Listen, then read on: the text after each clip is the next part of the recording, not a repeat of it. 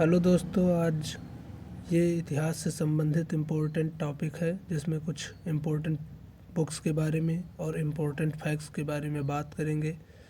जो भी विद्यार्थी इस चैनल पर नए हैं वो कृपया इस चैनल को सब्सक्राइब करें। ये चैनल आपके UP TET, C TET, REET जैसे एग्ज़ाम्स के लिए बहुत ही इम्पोर्टेंट सिद्ध होगा, जिसमें हम जीएस से इम्पोर्टेंट क्वेश्चंस के बारे में बात करते हैं, इंग्लिश से संबंधित इम्पोर्टेंट टॉपिक्स के बारे में बात करेंगे। तो चलिए क्लास को शुरू करते हैं। प्रियदर्शिका नामक संस्कृत ग्रंथ की रचना किस शासक ने की? तो प्रियदर्शिका नामक ग्रंथ की रचना हर्षवर्धन ने की। नागनंदा नाटक नामक संस्कृत नाटक की रचना किस शासक ने की? तो हर्षवर्धन ने की। अजंता की गुफा किस धर्म से संबंधित है? बौद्ध धर्म से संबंधित है।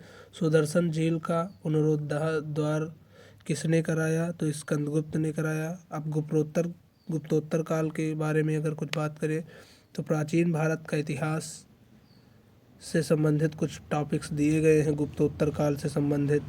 पुष्यभूति वंश की स्थापना किसने की? तो पुष्यभूति वर्धन ने की। पुष्यभूति वंश का सबसे प्रतापी राजा कौन था?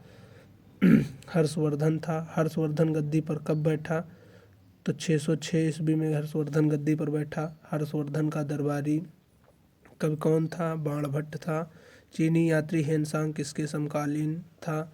तो हर्षवर्धन के समकालीन था। किस व्यक्ति को द्वितीय अशोक कहा जाता है? हर्षवर्धन को। हर्ष के शासनकाल में उत्तर भारत का सबसे महत्वपूर्ण शहर कौन सा था? कन्नौज। हर्षवर्धन अपनी धार्मिक सभा कहाँ किया करता था? प्रयागराज में। हर्षवर्धन की राजधानी थानेश्वर कहाँ स्थित है? हरियाणा में। वर्तमान में कन्नौज किस प्रदेश में स्थित है? उत्तर प्रदेश में। हेनसांग की भारत यात्रा के समय सूती कपड़ों के उत्पादक के लिए सबसे प्रसिद्ध नगर कौन सा था? मथुरा। किस चीनी यात्री को यात्रियों में राजकुमार कहा जाता है? हेनसांग। कुंभ के मेले का शुभारंभ किसने किया? हर्षवर्धन ने किया। किस शासक ने नालंदा विश्वविद्यालय के लिए 10 ग्रामों की आय दान के रूप में दी? हर्षवर्धन ने। दक्षिणी भारत में एरीपत्ती का अर्थ क्या है? जलाशय की भूमि। पुष्यभूति काल में राज्य की आय का मुख्य साधन क्या था? भूमिकर। पुष्यभूति काल में भूमिकर कितना लिया जाता था? तो 1/6 लिया जाता था। सर्वप्रथम किस विदेशी यात्री ने भारत की यात्रा की? फाहियान ने। शून्य की खोज किसने की? आर्यभट्ट ने। किस पुस्तक का 15 वर्षीय भाषाओं और 40 विदेशी भाषाओं में अनुवाद किया जा चुका है? तो पंचतंत्र का। न्यूमिस्मैटिक्स क्या है? तो स्टडी ऑफ कॉइन्स यानी सिक्कों का अध्ययन। हितोपदेश की रचना किसने की? नारायण पंडित ने की। नाट्यशास्त्र की रचना किसने की? भरतमुनि ने की। विक्रम संवत का शुभारंभ 57 ईस्वी। अंकोर वाट का मंदिर कहाँ स्थित है? कंबोडिया में स्थित है। पुरापाषाण युग में आदि मानव के मनोरंजन का साधन क्या था? शिकार करना। किस युग को चालकोलिथिक एज कहा जाता है? ताम्रपाषाण युग को। स्वप्न वासवदत्ता के लेखक कौन हैं? भास। नालंदा विश्वविद्यालय किसके लिए प्रसिद्ध है? बौद्ध धर्म के लिए प्रसिद्ध है। आधुनिक मानव के हाल का पूर्वज कौन है? क्रोमैगनन मनुष्य। देवनागरी लिपि का प्राचीनतम रूप क्या है? ब्राह्मी लिपि। कादम्बरी के लेखक कौन है? बाणभट्ट।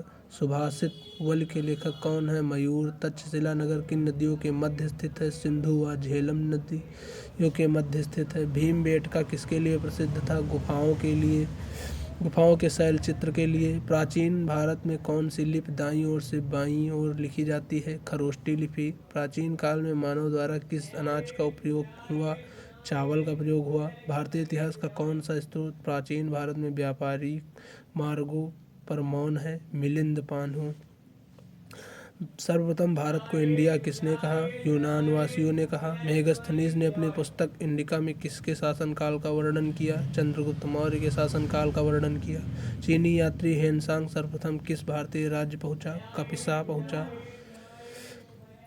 सातवाहनों का समाज कैसा था? मात्र सत्तात्मक था। कनिष्क किस जात से संबंधित था? चीन की यूची जनजात से संबंधित था। भारत का आइंस्टीन किसे कहा जाता है? नागार्जुन को कहा जाता है। पुष्यमित्र किस धर्म का संस्थापक था?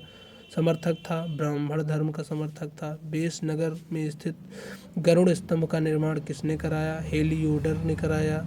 गार्गी संहिता क्या है? ज्योतिष ग्रंथ है। गार्गी संहिता की रचना किसने की? कात्यायन ने की। कुषाण वंश की स्थापना किसने की? कुजला काडफिसेस ने की। कनिष्क को शासन का कब प्राप्त हुआ? 78 ईस्वी में प्राप्त हुआ। कनिष्क के कुल का अंतिम शासक कौन था? वासुदेव था। कामसूत्र की रचना की वात्स्यायन ने। पक्की ईंटों का शुभारंभ किसके काल में हुआ? कनिष्क के काल में हुआ। किस गुप्त शासक ने दक्षिण में 12 राज्यों पर विजय प्राप्त की? समुद्रगुप्त ने। सर्वाजोछेता की उपाधि किसने धारण की? समुद्रगुप्त ने। चंद्रगुप्त ने गुप्त वंश की स्थापना कब की? 319 ईस्वी में। गुप्त संवत एक एवं शक संवत में कितना अंतर है? 241 वर्ष का अंतर है। इस वंश के शासकों ने चांदी की मुद्राओं का प्रचलन किया? गुप्त वंश के शासकों ने चांदी की मुद्राओं का प्रचलन किया। किसने समुद्रगुप्त भारत नेपोलियन बोला? विंसेंट स्मिथ, जो कि इतिहासकार थे, जिन्होंने समुद्रगुप्त को नेपोलियन बोला। गुप्त काल में प्रमुख शिक्षा केंद्र कौन से थे? पाटलिपुत्र, उज्जैनी। गुप्त वंश का अंतिम शासक कौन था? विष्णुगुप्त। सती होने का प्रमाण प्रथम बार कब मिला? 510 ईस्वी में। सूर्य सिद्धांत नामक ग्रंथ किसने लिखा? आर्यभट्ट ने। नालंदा विश्वविद्यालय की स्थापना कब हुई? 415 से लेकर 454 ईस्वी के बीच में। सर्वप्रथम कौन सा ग्रंथ यूरोपीय भाषा में अनुवादित हुआ? अभिज्ञान शाकुंतलम। सती प्रथा का प्रथम उल्लेख कहाँ से मिलता है? एरण अभिलेख से। गुप्तकालीन सिक्कों का सबसे बड़ा ढेर कहाँ से प्राप्त हुआ? बयाना, भरतपुर से।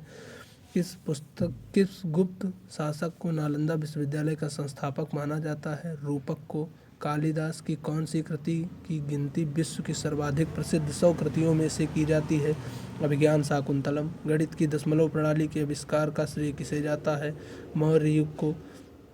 किस विद्वान ने गणित को एक पृथक विषय के रूप में स्थापित किया? आर्यभट्ट ने। गुप्तकाल के प्रसिद्ध पुस्तक नवीनतकम का संबंध किस क्षेत्र में है? चिकित्सा के क्षेत्र से। तांबे के सिक्के जारी करने वाला प्रथम गुप्त शासक रामगुप्त। मिहिरकुल का संबंध किससे था? हूण से। कौन से राजा ने विक्रमादित्य की उपाधि ग्रहण की? चंद्रगुप्त ने। तक्षशिला किस शैली की कला के लिए प्रसिद्ध है? गांधार कला के लिए प्रसिद्ध है। भारत में सर्वाधिक स्वर्ण मुद्राएं किसने चलवाई? इंडो ग्रीक बैक्टीरियन ग्रीक ने। किस संग्रहालय में कुषाणकालीन मूर्तियां सबसे अधिक हैं? मथुरा संग्रहालय में। किस वंश के शासकों ने सोने के सबसे अधिक सिक्के जारी किए? कुषाण वंश के शासकों ने। सातवाहनों के समय किस धातु की मुद्रा सर्वाधिक थी? सीसा की। नागार्जुन, अश्वघोष व वसुमित्र किसके समकालीन थे? कनिष्क के। 78 ईस्वी का शक संवत किसने चलाया? कनिष्क ने। तक्षशिला वर्तमान में कहाँ स्थित है? पाकिस्तान में। कुषाण के काल में सबसे अधिक विकास किस क्षेत्र में हुआ? वास्तुकला में। सातवाहनों ने अपना शासन कहाँ शुरू किया? महाराष्ट्र में। सातवाहनों की राजधानी कहाँ थी? पैटन में।